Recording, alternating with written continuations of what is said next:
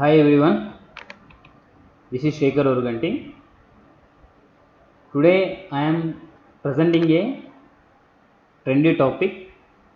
So nowadays లో IPOs అనేవి issue చేయడం జరుగుతుంది. లాట్ ఆఫ్ ఐపీఓస్ కూడా ట్రెండ్ అవ్వడం జరుగుతూ ఉంది. రీసెంట్గా మనము హ్యాపీయెస్ట్ మైండ్స్ కావచ్చు, రూట్ మొబైల్స్ కావచ్చు, అలాగే కపుల్ ఆఫ్ డేస్లో లిస్టింగ్ కాబోతున్నటువంటి కెమ్కాన్ కావచ్చు, ఇలా మనకి సిరీస్ ఆఫ్ ఐపీఓస్ రావడం జరుగుతూ ఉంది. సో ఈరోజు నేను చెప్తున్నటువంటి టాపిక్ కూడా అదే ఐపీఓకి రిలవెంట్గా ఉండేటువంటి టాపిక్. సో కాకపోతే ఏంటంటే ఇప్పుడు మనం తెలుసుకోబోయేటువంటి ఐపీఓ ఒక మ్యూచువల్ ఫండ్ కంపెనీకి సంబంధించినటువంటి ఐపీఓ. సో కమింగ్ డేస్లో కపుల్ ఆఫ్ డేస్లో ఓపెన్ అవ్వబోతున్నటువంటి యూటీఐ మ్యూచువల్ ఫండ్కి సంబంధించినటువంటి ఐపీఓని ఈరోజు నేను మీకు డీటెయిల్గా డెప్త్గా ఎక్స్ప్లెయిన్ చేయాలనుకుంటున్నాను. At the same time mutual ఫండ్కి సంబంధించినటువంటి వాళ్ళ ఆపరేషన్స్ ఎలా ఉంటాయి, వాళ్ళ కీ ఫైనాన్షియల్ వే మెథడ్స్ ఎలా ఉన్నాయి, సో వాళ్ళకి బిజినెస్ ఎలా ఆపరేట్ అవుతుంది, ఎలాంటి ట్రెండీ బిజినెస్ ప్రస్తుతానికి రన్ అవుతూ ఉంది, ఇలాంటి విషయాలన్నీ కూడా ఈ వీడియోలో నేను పిక్చరైజ్ చేయబోతా ఉన్నాను. ఎట్ ద సేమ్ టైము ఈ ఐపీఓని మనం సబ్స్క్రైబ్ చేసుకోవడం బాగుంటుందా, లేకపోయినట్లయితే సబ్స్క్రైబ్ చేసుకోవచ్చా లేదా, ఇలాంటి విషయాలను కూడా ఎండ్ ఆఫ్ ద వీడియోలో మీకు ఫుల్ ఫ్లెజ్గా అర్థమయ్యేటట్టుగా ఎక్స్ప్లెయిన్ చేయబోతున్నాను. గ్రే మార్కెట్ ట్రెండ్ ఎలా ఉంది, at the same time listing టైంలో ఏ ప్రైస్కి లిస్ట్ అవ్వడానికి ఛాన్స్ ఉందో కూడా నేను మీకు అన్ అవరేజ్గా ఎక్స్ప్లెయిన్ చేయడానికి ట్రై చేస్తాను. సరే, టాపిక్లోకి ఎంటర్ అవ్వడానికి ముందు వన్ స్మాల్ రిక్వెస్ట్ ఏంటి అంటే, మా ఛానల్ని ఇంతవరకు ఎవరైతే సబ్స్క్రైబ్ చేసుకోలేదో మా ఛానల్ని సబ్స్క్రైబ్ చేసుకొని మమ్మల్ని ఎంకరేజ్ చేయండి. ఇక ముందు కూడా మీకోసం మంచి మంచి టాపిక్స్ని మేము ప్రజెంట్ చేయడానికి ట్రై చేస్తాం.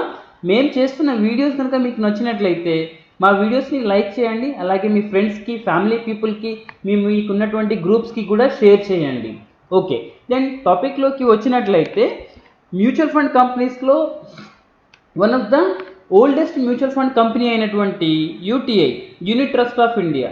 సో ఈ యూనిట్ ట్రస్ట్ ఆఫ్ ఇండియా అనే కంపెనీ మనకి ఇండియాలో మ్యూచువల్ ఫండ్ని ఇంట్రడ్యూస్ చేయడం జరిగింది. సో ఈ మ్యూచువల్ ఫండ్ కంపెనీ అనేది కపుల్ ఆఫ్ డేస్లో మనకి ఐపీఓకి రావడం జరుగుతుందన్నమాట. ఈ ఐపీఓ వ్యూ ఎలా ఉండబోతుంది, వాళ్ళు ఏ ప్రైస్లో లిస్టింగ్ చేయబోతా ఉన్నారు, బుక్ బిల్డింగ్ ప్రొసీజర్ ఎలా ఉంటుంది, సో ఈ ఐపీఓని సబ్స్క్రైబ్ చేసుకోవడం మంచిదా లేదా, ఇలాంటి విషయాలన్నీ కూడా ఈ వీడియోలో నేను మీకు క్లియర్గా ఎక్స్ప్లెయిన్ చేస్తాను. తర్వాత రీసెంట్ అనాలిసిస్, రీసెంట్ డాటా ప్రకారం యాజ్ ఆన్ June 30th, 2020 ప్రకారము వాళ్ళ ఏయుఎం వచ్చేసి, మ్యూచువల్ ఫండ్ ఏయుఎం వచ్చేసి 1,33,630 crores అనేవి వాళ్ళు మెయింటైన్ చేయడం జరుగుతుంది. ఓవరాల్గా వాళ్ళ యొక్క ఏయుఎం అంటే వాళ్ళకు ఉన్నటువంటి అదర్ రిలవెంట్ సర్వీసెస్ అయినటువంటి పిఎంఎస్ కావచ్చు, లేకపోయినట్లయితే ఏఎఫ్ కావచ్చు, లేదనుకున్నట్టయితే అదర్ బిజినెస్ ప్రొసీజర్స్ ఏవైతే ఉన్నాయో వాటి యొక్క ఏయుఎంని కనుక మనము ఒకసారి అబ్జర్వ్ చేసినట్లయితే 8,49,390 crores ఉండడం జరిగింది. ఒక్కసారి యూటీఐ గురించి మనం తెలుసుకున్నట్లయితే ఇండియాలో ఉన్నటువంటి second largest management company, asset management company in the terms of total AUM, not only mutual fund బిజినెస్లో 8th ప్లేస్లో ఉన్నటువంటి యూటీఐ ఓవరాల్ అదర్ సెగ్మెంట్స్ అన్నీ కూడా క్లబ్ చేసుకున్నట్లయితే second largest mutual fund company అనేది ఇండియాలో ఉండడం జరిగిందన్నమాట. సో ఈ యూటీఐకి సంబంధించినటువంటి ఈచ్ అండ్ ఎవ్రీ సెగ్మెంట్ని ఒక్కసారి మనం డీటెయిల్గా తెలుసుకోవడానికి ట్రై చేద్దాం. చలో, కంపెనీ వచ్చేసి ఓవరాల్గా 55 years నుంచి వీళ్ళు మ్యూచువల్ ఫండ్కి సంబంధించినటువంటి బిజినెస్ కావచ్చు, లేదనుకుంటే అదర్ బిజినెస్ కావచ్చు, ఆపరేట్ చేయడం జరుగుతూ ఉంది. సో ఈ కంపెనీలో కీ రోల్ ప్లే చేస్తున్నటువంటి షేర్ హోల్డర్స్ ఎవరైతే ఉన్నారో వాళ్ళు most of the people bankers అయి ఉండడం ఒక అడ్వాంటేజ్. సో ఆ కీ స్పాన్సర్స్ ఎవరైతే ఉన్నారో అందులో ఫస్ట్ వన్ వచ్చేసి State Bank of India, then second one వచ్చేసి Life Insurance Corporation of India like LIC, then third one వచ్చేసి Punjab National Bank, then fourth one Bank of India, and fifth one వచ్చేసి TRP international. వీళ్ళందరూ కూడా ఇందులో key ప్లేయర్స్గా ఉండడం జరిగింది ప్రస్తుతానికి అయితే. సో వీళ్ళ యొక్క రోలు ఐపీఓ తర్వాత ఎలా ఉండబోతుంది, ఇది అదర్ సెగ్మెంట్. తర్వాత ఈ ఐపీఓ యొక్క book building procedure, listing price, తర్వాత ఇంపార్టెంట్ డేట్స్ గురించి కూడా ఒకసారి మనము నేర్చుకుందాం. సో ఐపీఓ వచ్చేసి 29th September 2020 నుంచి October 1st, 2020 వరకు లిస్ట్ అవ్వబోతా ఉంది. సో టోటల్ ఇష్యూస్ షేర్స్ వచ్చేసి 3.8 crores అనేవి వాళ్ళు ఇష్యూ చేయడం జరుగుతూ ఉంది. టోటల్ కలెక్టెడ్ అమౌంట్ వచ్చేసి 2159 crores కలెక్ట్ చేయబోతా ఉన్నారు. So face value 10 rupees for share. IPO book building procedure process price వచ్చేసి 552 రూపీస్ నుంచి 554 రూపీస్కి అలాట్ చేయడం జరిగింది. ఫర్ లాట్కి 27 షేర్స్ అయితే అలాట్ చేయండి. దెన్ లిస్టింగ్ వచ్చేసి బిఎస్సి ఎన్ఎస్సి బోత్ ఎక్స్చేంజ్లో లిస్టింగ్ కాబోతా ఉందన్నమాట. సో వీళ్ళు వాళ్ళ యొక్క షేర్స్ని క్యూఐబీలో అట్ ద సేమ్ టైం ఎన్ఐఈలో తర్వాత రీటైల్ ఇన్వెస్టర్స్కి 50%, 15%, 35% ఇలా షేర్ చేయడం జరిగింది. దెన్ ఇంపార్టెంట్ డేట్స్ని కనుక మనం అబ్జర్వ్ చేసినట్లయితే ఐపీఓ వచ్చేసి 29th సెప్టెంబర్ 2020 రోజు ఓపెన్ అవ్వడం జరుగుతుంది. దెన్ 1st అక్టోబర్ 2020 రోజు క్లోజ్ అవ్వడం జరుగుతుంది. దెన్ అలాట్మెంట్ ఫైనల్ అలాట్మెంట్ వచ్చేసి అక్టోబర్ 7th 2020 రోజు మనకి కన్ఫర్మ్ చేయడం జరుగుతుంది. ఇఫ్ ఇన్ కేస్ ఎవరికైతే అలాట్ కాలేదో వాళ్ళకి 8th అక్టోబర్ 2020 రోజు అమౌంట్ అనేది రిఫండ్ అవ్వబోతా ఉన్నాయి. దెన్ డిమాట్ అకౌంట్లోకి 9th అక్టోబర్ 2020 రోజు మూవ్ అవ్వబోతుంది. లిస్టింగ్ వచ్చేసి 12th అక్టోబర్ 2020 రోజు లిస్టింగ్ అవ్వబోతుంది అన్నమాట. సో ఒక లాట్కి 27 షేర్స్ ఉంటాయి. వాటి యొక్క కట్ ఆఫ్ అమౌంట్ వచ్చేసి 14,958 ఉంటుంది. మ్యాక్సిమం 13 లాట్స్ వరకు మనము అప్లై చేయడానికి రీటైల్ ఇన్వెస్టర్స్కి అవకాశం ఉంటుంది. ఓవరాల్గా రీటైల్ ఇన్వెస్టర్ 1,94,454 రూపీస్ వరకు ఇన్వెస్ట్మెంట్ చేయొచ్చు అనమాట. దెన్ కీ పేయర్స్ అయినటువంటి ప్రమోటర్స్ అండ్ మేనేజ్మెంట్ ఇంతవరకు మనకు ఎవరైతే ఉన్నారో లైక్ ఎస్బీఐ కావచ్చు, ఎల్ఐసి కావచ్చు, బ్యాంక్ ఆఫ్ బరోడా కావచ్చు, పంజాబ్ నేషనల్ బ్యాంక్ కావచ్చు, టీఆర్పీ ఇంటర్నేషనల్ కావచ్చు, వీళ్ళ యొక్క shares at the same time portion of percentage ఎలా ఉంది వీటిని కూడా ఒకసారి గమనిద్దాం. ఎస్బీఐ వాళ్ళకి 2.3 crores వరకు ఉన్నాయి, ఎల్ఐసి వాళ్ళకి 2.3 crores ఉన్నాయి, బ్యాంక్ ఆఫ్ బరోడా వాళ్ళకి 2.3 crores వరకు షేర్స్ ఉండడం జరిగింది. తర్వాత పిఎన్బి వాళ్ళకి కూడా 2.3 crores వరకు ఉండడం జరిగింది. తర్వాత టీఆర్పీ ఇంటర్నేషనల్ వాళ్ళకి 3.2 crores వరకు షేర్స్ ఉండడం జరిగింది. దెన్ షేర్ పర్సంటేజ్ కనుక గమనించినట్లయితే state Bank of India, LIC, bank of Baroda, Punjab national bank వాళ్ళకి ఈచ్ అండ్ ఎవ్రీ పర్సన్కి 18.24% షేర్ ఉండడం జరిగింది. టీఆర్పీ ఇంటర్నేషనల్ వాళ్ళకి అరౌండ్ 26% హైయెస్ట్ వెయిటేజ్ అనేది మనకి యూటీఐలో ఉండడం జరిగిందనమాట.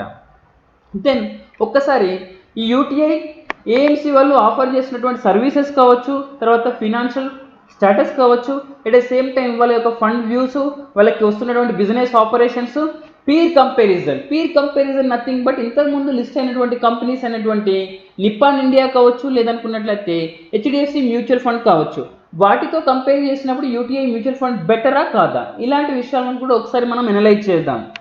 దెన్ యూటీఐ వాళ్ళు మనకి ఆఫర్ చేస్తున్నటువంటి సర్వీసెస్లో పిఎంఎస్ దగ్గర నుంచి ఈపీఎఫ్ ఆర్గనైజేషన్ అటువంటి ఈపీఎఫ్ఓ, తర్వాత postal life insurance, national skill development fund and advisory PMS, so వీటన్నిటిని, తర్వాత of sure funds and domestic accounts, వీటన్నిటిని కనుక గమనించినట్లయితే June 30th 2020 వరకు వాళ్ళ ఏయుఎం వచ్చేసి పిఎంఎస్ బిజినెస్ ఏదైతే ఉంటుందో పోర్ట్ఫోలియో మేనేజ్మెంట్ సర్వీసెస్కి సంబంధించిన బిజినెస్ని కనుక మనం అబ్జర్వ్ చేసినట్లయితే 6,97,050 crores వరకు కలెక్ట్ చేయడం జరిగిందన్నమాట.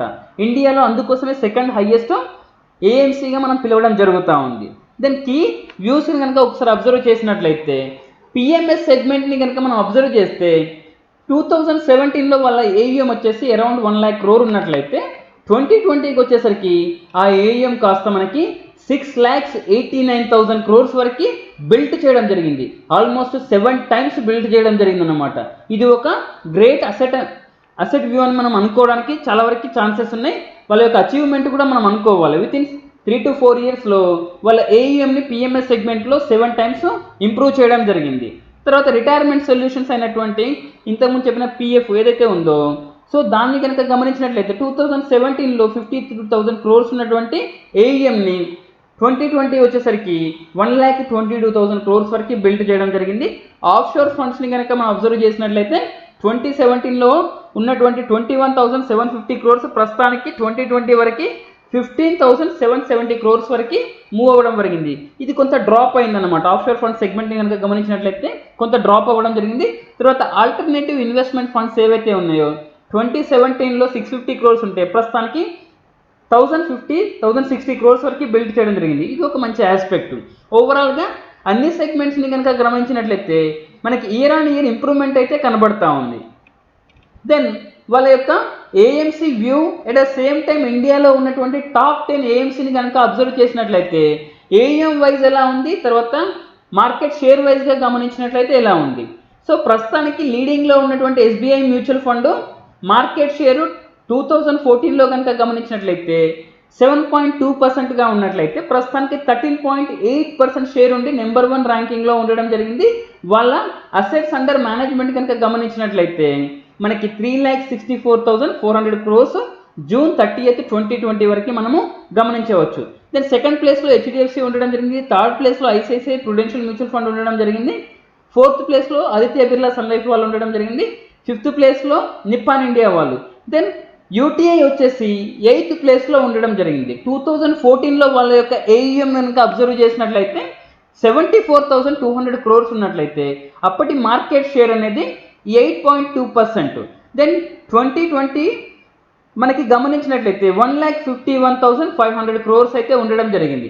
ఎప్పుడైతే COVID-19 రావడం జరిగిందో ఆ తర్వాత వాళ్ళ ఏఈఎంలో అరౌండ్ 17,000 crores వరకు డ్రాప్ అవ్వడం జరిగింది. దెన్ ఆబ్వియస్గా వాళ్ళ యొక్క ఏఈఎం షేర్ కూడా 8.2% నుంచి 5.6%కి బ్రేక్ అయిపోయి డెప్రిషియేట్ అవ్వడం జరిగింది. సో కరెంట్ వాళ్ళ యొక్క ఏఈఎంని కనుక అబ్జర్వ్ చేసినట్లయితే 5.4% షేర్తోని 1,33,600 crores మెయింటైన్ చేయడం జరుగుతూ ఉంది.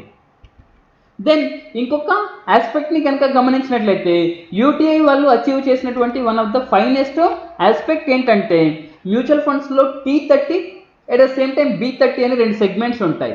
T30 nothing but top cities అన్నమాట. అలాంటి సిటీస్ 30 సిటీస్ ఉన్నట్లయితే B30 బాటమ్ సిటీస్ అని 30 ఉంటాయి. అంటే హైదరాబాదు, బెంగళూరు, చెన్నై, ఢిల్లీ, ముంబై ఇలాంటి సిటీస్ని మనం T30 అంటాం, టాప్ 30 అంటాం. తర్వాత రిమైనింగ్ చిన్న చిన్న సిటీస్ ఏవైతే ఉంటాయో వాటిని బాటమ్ 30 సిటీస్ అని పిలుస్తారనమాట. ఇలాంటి బాటమ్ 30 సిటీస్లో ఎంటైర్ మ్యూచువల్ ఫండ్ ఇండస్ట్రీలో వీళ్ళు ఎక్కువగా మార్కెట్ని అక్వైర్ చేయడం జరిగిందన్నమాట.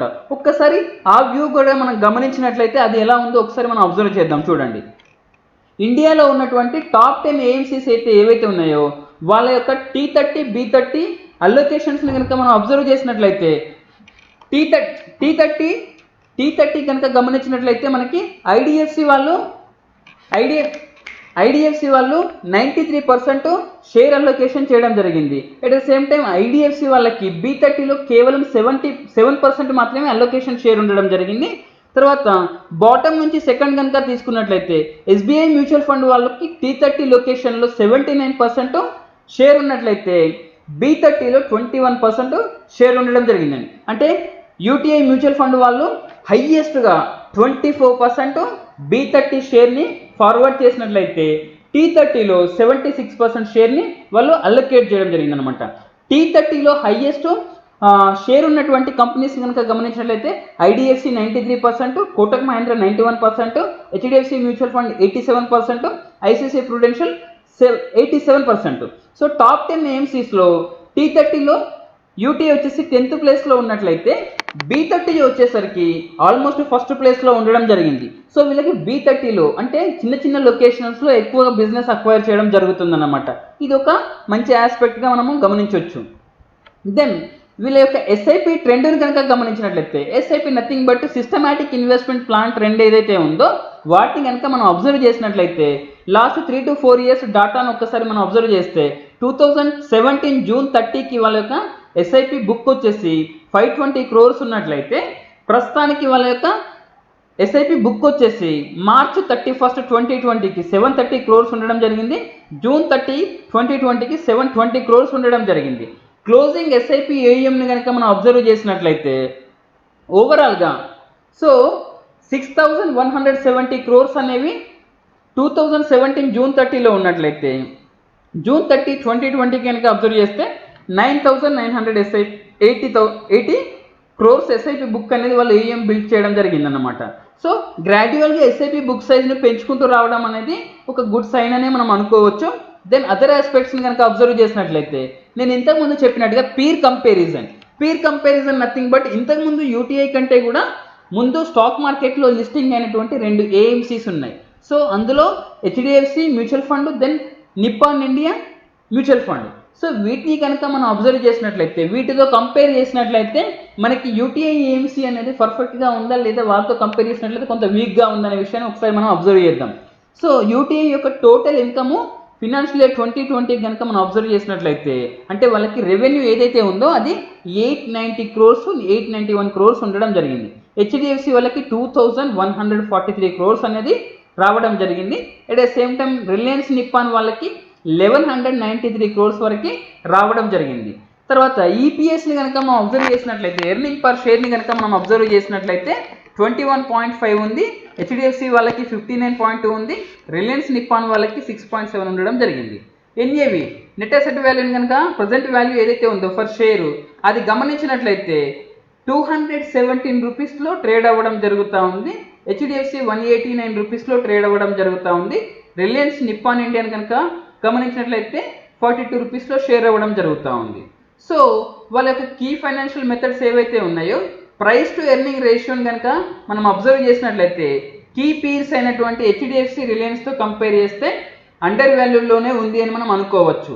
తర్వాత రిటర్న్ ఆన్ ఈక్విటీని కనుక గమనించినట్లయితే అంత ఫేర్గా లేదని మనము పర్ఫెక్ట్గా చెప్పుకోవచ్చు. ఎందుకంటే రిలయన్స్ నిప్పాన్ వాళ్ళ యొక్క రిటర్న్ ఆన్ ఈక్విటీ 16% ఉండడం జరిగింది, హెచ్డిఎఫ్సి వాళ్ళకి 31% వరకు ఉండడం జరిగింది.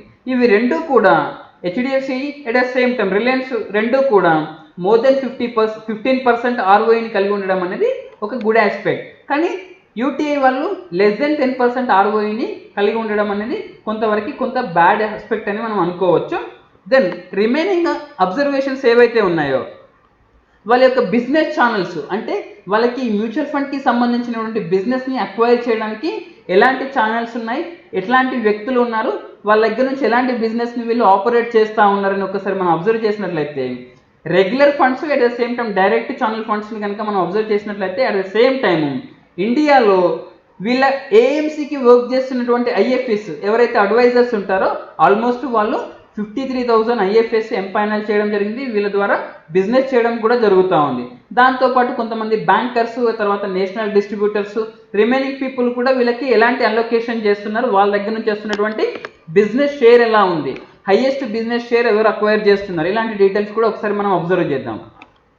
సో ఐఎఫ్ఎస్ని కనుక అబ్జర్వ్ చేసినట్లయితే 2017లో 29% షేర్ ఉంటే ప్రస్తుతానికి 2020లో అరౌండ్ 30% షేర్ని వాళ్ళు అక్వైర్ చేయడం జరిగిందన్నమాట. తర్వాత నేషనల్ డిస్ట్రిబ్యూటర్స్ ఎవరైతే ఉన్నారో వాళ్ళు 2017లో 16.5% బిజినెస్ని అలొకేట్ చేసినట్లయితే ప్రస్తుతానికి 11% బిజినెస్ని అలొకేట్ చేస్తున్నారు. ఇది కొంత మైనస్ అనే అనుకోవచ్చు. నేషనల్ డిస్ట్రిబ్యూటర్స్ ఎవరైతే ఉన్నారో వాళ్ళు వీళ్ళ ఏఎంసీ పైన పెద్దగా ఇంట్రెస్ట్ చూపించడం లేదని చెప్పేసి మనం అనుకోవచ్చు. తర్వాత డైరెక్ట్ బిజినెస్ దట్ మీన్స్ ఆన్లైన్లో జరుగుతున్నటువంటి బిజినెస్ని కనుక అబ్జర్వ్ చేసినట్లయితే వీళ్ళకి ఎక్కువగా 2017లో 55% వరకు ఆన్లైన్లో డైరెక్ట్ మెథడ్లోనే జరిగింది. దెన్ రైట్ నౌ కండిషన్లో కూడా అది ఇయర్ ఆన్ ఇయర్ పెరుగుతూ వచ్చింది. 2020 మార్చ్ వరకు మనం అబ్జర్వ్ చేసినట్లయితే అరౌండ్ 59% షేర్ అనేది ఎక్కువగా వాళ్ళకి డైరెక్ట్ అలొకేషన్లోనే రావడం జరుగుతూ ఉంది. దెన్ ఈక్విటీ అండ్ హైబ్రిడ్ ఫండ్లో ఐఎఫ్ఎస్, నేషనల్ డిస్ట్రిబ్యూటర్స్, తర్వాత డైరెక్ట్ మోడ్లో వస్తున్న బిజినెస్ షేర్ కనుక ఒకసారి అబ్జర్వ్ చేస్తే ఐఎఫ్ఎస్ అనే పర్సన్స్ 57%ని 2017లో అక్వైర్ చేసినట్లయితే 2020 మార్చికి వచ్చేసరికి 60%ని అలొకేట్ చేయడం జరిగింది. నేషనల్ డిస్ట్రిబ్యూటర్స్ ఎవరైతే ఉన్నారో వాళ్ళు 2017లో 11.4% షేర్ని అక్వైర్ చేస్తే ప్రస్తుతానికి 10% షేర్ని వాళ్ళు బిజినెస్ రూపంలో యూటీఐకి ఇవ్వడం జరుగుతుంది. డైరెక్ట్ మోడ్లో 2017లో 31% ఉన్నట్లయితే ప్రస్తుతానికి కొంత డెప్రిషియేట్ అయ్యి 29.6% ఉండడం జరిగిందనమాట.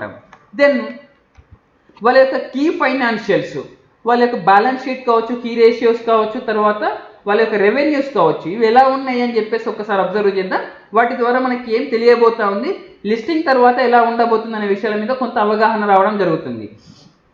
ఆపరేషన్స్ ద్వారా వాళ్ళకి వస్తున్నటువంటి ఇన్కమ్ని కనుక గమనించినట్లయితే 2017లో వాళ్ళకి 1034 crores వరకు రావడం జరిగింది. దెన్ ఇయర్ ఆన్ ఇయర్ కనుక గమనించినట్లయితే 2018లో కొంత వాళ్ళకి రెవెన్యూస్ పెరిగినాయి. తర్వాత 2019కి వచ్చేసరికి రెవెన్యూ తగ్గిపోయింది. 2020 మార్చిని కనుక గమనించినట్లయితే అగ్రెసివ్గా వాళ్ళకి రెవెన్యూ అయితే డెప్రిషియేట్ అవ్వడం జరిగింది. కంపేరింగ్ విత్ 2020 కనుక వచ్చినట్లయితే అరౌండ్ 200 crores వరకు రెవెన్యూ తగ్గిపోవడం జరిగింది. తర్వాత టోటల్ ఇన్కమ్ కూడా గ్రాడ్యువల్గా తగ్గిపోతూ రావడం జరిగింది. రిమైనింగ్ ఆస్పెక్ట్స్ ఏవైతే ఉన్నాయో వాళ్ళ ఎంప్లాయీస్ ఎక్స్పెన్సెస్ అయితే అవి పెరుగుతూ రావడం జరుగుతుంది, రిమైనింగ్ ఎక్స్పెన్సెస్ కూడా పెరుగుతూ రావడం జరుగుతుంది. సో ఇది ఒక నెగిటివ్ ఆస్పెక్ట్స్ అని మనం అనుకోవచ్చు. కానీ రీసెంట్గా వాళ్ళు లాస్ట్ 2 years నుంచి ఎంప్లాయీ కాస్ట్ ఏదైతే ఉందో అది తగ్గిస్తూ వస్తున్నారు, దానివల్ల ఎక్స్పెన్సెస్ కూడా తగ్గుతూ ఉంది. తర్వాత ప్రాఫిట్ బిఫోర్ ట్యాక్స్ కనుక గమనించినట్లయితే 2017లో 520 crores ప్రాఫిట్ బిఫోర్ ట్యాక్స్ వస్తే 2020 మార్చ్ వచ్చేసరికి అది గ్రాడ్యువల్గా డెప్రిషియేట్ అయిపోయి 345 crores రావడం జరిగింది. సో ఇది కొంతవరకు నెగిటివ్ ఆస్పెక్ట్స్, ఎందుకంటే వాళ్ళకి వచ్చే రెవెన్యూ కంప్లీట్ బిజినెస్ ఆపరేషన్స్ మీద రన్ అవుతూ ఉంటుంది కాబట్టి అది ప్రాపర్గా జనరేట్ అవ్వడం లేదని చెప్పేసి మనకి ఇది చెప్పొచ్చు. తర్వాత ట్యాక్స్ కూడా వాళ్ళు నెమ్మదిగా లో ట్యాక్స్ని పే చేయడం జరుగుతుంది. ప్రాఫిట్ ఆఫ్టర్ ట్యాక్స్ని కనుక మనం అబ్జర్వ్ చేసినట్లయితే ఫినాన్షియల్ ఇయర్ 2017లో గమనించినట్లయితే 395 crores ఉన్నట్లయితే 2020 31st మార్చ్ వరకు అబ్జర్వ్ చేసినట్లయితే 276 crores రావడం జరిగింది.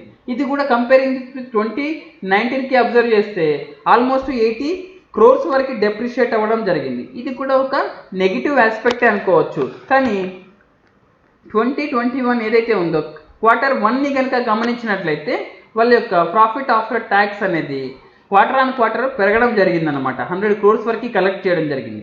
సో ఇదే ట్రెండ్ కనుక నెక్స్ట్ 3 quartersకి కంటిన్యూ అవుతే బెటర్ రెవెన్యూస్ జనరేట్ చేయడం జరుగుతుంది. అదర్వైజ్ ఏమవుతుందంటే కొంత ప్రాబ్లం జరుగుతుంది. బ్యాలెన్స్ షీట్ని కూడా మనం అబ్జర్వ్ చేసినట్లయితే సో వాళ్ళ టోటల్ అసెట్స్ వచ్చేసి 2017లో 2500 crores ఉంటే ప్రస్తుతానికి మనకి 2020 వచ్చేసరికి 3150 crores ఉండడం జరిగింది.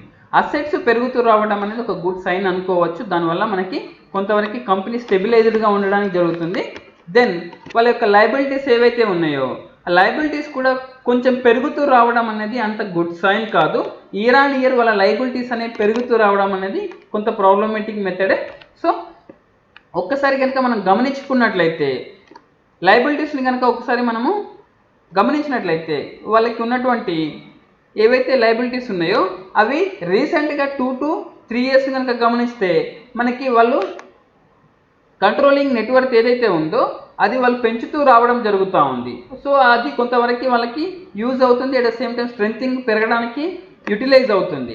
దెన్ కీ రేషియోస్ ఏవైతే ఉన్నాయో ఈ కీ రేషియోస్ కనుక మనం గమనించినట్లయితే బుక్ వాల్యూ వచ్చేసి 2017లో 168 rupees ఉంటే ప్రస్తుతానికి 218 rupeesకి వాళ్ళ బుక్ వాల్యూ రావడం అనేది వాళ్ళ బుక్ ఆఫ్ అకౌంట్స్ని కనుక అబ్జర్వ్ చేస్తే కాస్త స్ట్రెందీగా ఉంది అని చెప్పేసి మనం అనుకోవచ్చు. మనకి 2021 Q1లో గమనించినట్లయితే ఆ బుక్ వాల్యూ 218 rupees నుంచి 224 rupeesకి ఫార్వర్డ్ అవ్వడం జరిగింది. ఇది one of the finest aspect అనుకోవచ్చు. తర్వాత ఈపీఎస్ అనేది కాస్త తగ్గుతూ రావడం అనేది కొంత నెగిటివ్ వ్యూని క్రియేట్ చేస్తూ ఉంది. ఎందుకు అంటే 2017లో ఈపీఎస్ అనేది 31 rupees అట్లా ఉన్నట్లయితే 2020 మార్చ్ వచ్చేసరికి ఆ ఈపీఎస్ అనేది 21 rupeesకి డ్రాప్ అవ్వడం జరిగింది. ఆల్మోస్ట్ 10 rupees ఈపీఎస్ డ్రాప్ అవ్వడం జరిగింది. తర్వాత ప్రైస్ టు ఎర్నింగ్ రేషియో అనేది 2017లో 17% అలా ఉన్నట్లయితే ప్రస్తుతానికి 25% వరకు మూవ్ అవ్వడం అనేది ఒక గుడ్ వ్యూ అని చెప్పేసి మనం అనుకోవచ్చు. తర్వాత ప్రైస్ టు బుక్ వాల్యూ ఏదైతే ఉందో అది కాస్త ఎక్కువగా ఉందని చెప్పేసి మనం అనుకోవచ్చు, అంటే ఓవర్ వాల్యూలో ఉందని చెప్పేసి అనుకోవచ్చు. కంపేరింగ్ విత్ 2017 రైట్ నౌ మనము దానికంటే కొంత లోయర్ లెవెల్లో ఉండడం ఒక గుడ్ ఆస్పెక్ట్. ఎందుకు అంటే మామూలుగా ప్రైస్ టు బుక్ వాల్యూ అనేది <1 ఉన్నట్లయితే ఆ కంపెనీ పర్ఫెక్ట్ వ్యూలో ఉన్నది అని చెప్పేసి అనుకోవచ్చు. కానీ రీసెంట్ ఇయర్స్తో కంపేర్ చేస్తే ప్రైస్ టు బుక్ వాల్యూ తగ్గిస్తూ రావడం అనేది ఒక గుడ్ సైన్ అనుకోవచ్చు. తర్వాత క్వార్టర్ వాళ్ళు ఏయుఎం ఎలా బిల్డ్ చేస్తున్నారు, సో అది ఎలా ఉంది అంటే వాళ్ళు స్టెబిలైజ్డ్ ఏయుని బిల్డ్ చేయడం జరుగుతుంది. రిటర్న్ ఆన్ అసెట్స్ ఏవైతే ఉన్నాయో అవి డ్రాప్ అవుతూ రావడం జరుగుతూ ఉంది. తర్వాత రిటర్న్ ఆన్ ఈక్విటీ ఏదైతే ఉందో 2017లో 18.5% ఉన్నట్లయితే 2020 వచ్చేసరికి 10%కి డ్రాప్ అవ్వడం అనేది ఒక నెగిటివ్ వ్యూ. సో మామూలుగా return on equity more than 15% ఉంటే ఆ కంపెనీ స్టెబిలైజ్డ్ కంపెనీ అని చెప్పేసి మనం అనుకోవడానికి ఎక్కువగా ఛాన్స్ ఉంటుంది. సో ఓవరాల్గా ఇది యూటీఐ మ్యూచువల్ ఫండ్కి సంబంధించినటువంటి ఓవరాల్ ట్రెండ్ వ్యూ. తర్వాత గ్రే మార్కెట్లో యూటీఐ మ్యూచువల్ ఫండ్కి సంబంధించినటువంటి ట్రెండ్ ఎలా జరుగుతుంది, లిస్టింగ్లో ఏ ప్రైస్కి లిస్ట్ అవ్వడానికి ఛాన్సెస్ అనేవి ఉండడం జరుగుతూ ఉంది. సో ఇప్పుడు మనము గ్రే మార్కెట్ ట్రెండ్ని కనుక ఒకసారి అబ్జర్వ్ చేస్తే 24th September grey market price వచ్చేసి 150 రూపీస్ ఉండడం జరిగింది. 25th సెప్టెంబర్లో 130 రూపీస్ ఉండడం జరిగింది. 26th సెప్టెంబర్లో ఆల్మోస్ట్ 50% డ్రాప్ అవ్వడం జరిగింది. 67 రూపీస్ నుంచి 70 రూపీస్ మధ్యలో ట్రేడ్ అవ్వడం జరుగుతుంది. టుడే 27th సెప్టెంబర్ 2020 12:30 నూన్ వరకు, అంటే ఆఫ్టర్నూన్ సెషన్ వరకు గమనించినట్లయితే వాళ్ళ గ్రే మార్కెట్ ప్రైస్ వచ్చేసి 60 రూపీస్కి డ్రాప్ అవ్వడం జరిగింది. ఆల్మోస్ట్ వాళ్ళకి ఉన్నటువంటి గ్రే మార్కెట్ ప్రైస్ అనేది 50% కంటే ఎక్కువగా డ్రాప్ అవ్వడం అనేది కొంత నెగిటివ్ ఆస్పెక్ట్ అనుకోవచ్చు. సరే, గ్రే మార్కెట్ ఒక్కటే వాళ్ళకి ట్రెండ్ కాదు, కాకపోతే అది ఒక ఇనిషియేటెడ్ మెథడు. సో ఇవన్నిటిని కనుక గమనించినట్లయితే యూటీఐ మ్యూచువల్ ఫండ్ వాళ్ళ యొక్క ఐపీఓ అనేది మనకి ఎక్స్ట్రీమ్ ప్రీమియంని కలెక్ట్ చేయకపోవచ్చు, కానీ లాంగ్ జర్నీ చేయడానికి మాత్రం ఒక మంచి ఐపీఓ అని చెప్పేసి అనుకోవడానికి ఎలాంటి సందేహం లేదు. సరే, గ్రే మార్కెట్ ఆస్పెక్ట్స్ని కనుక గమనించినట్లయితే లిస్టింగ్ ప్రైస్ వచ్చేసి వాళ్ళు ఏదైతే బుక్ బిల్డింగ్ ప్రాసెస్ ఇచ్చినారో దానిపైన 100 to 150 రూపీస్ వరకు కలెక్ట్ చేయడానికి ఛాన్సెస్ ఉంటాయి. సో ఈ వీడియో కనుక మీకు నచ్చినట్లయితే మీరు కూడా సెల్ఫ్గా అనలైజ్ చేసుకొని సబ్స్క్రైబ్ చేసుకోవడమా లేదా అనే విషయాన్ని మీ ఓన్ రీసెర్చ్ ద్వారా, లేదనుకుంటే మీ దగ్గరలో ఉన్నటువంటి ఫినాన్షియల్ అడ్వైజర్ వ్యూ మెథడ్లో అప్లై చేయండి. సో మా వీడియోని వాచ్ చేసినందుకు మీ అందరికీ ధన్యవాదాలు. మళ్ళీ ఇంకొక వీడియోతో మళ్ళీ మీ ముందుకు వస్తాను.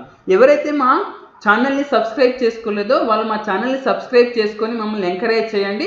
అలాగే మేము చేస్తున్న వీడియోస్ని లైక్ చేస్తూ మీ ఫ్రెండ్స్కి, ఫ్యామిలీ పీపుల్కి షేర్ చేసి మాకు ఇంకా బూస్టింగ్ ఇవ్వండి. Thank you.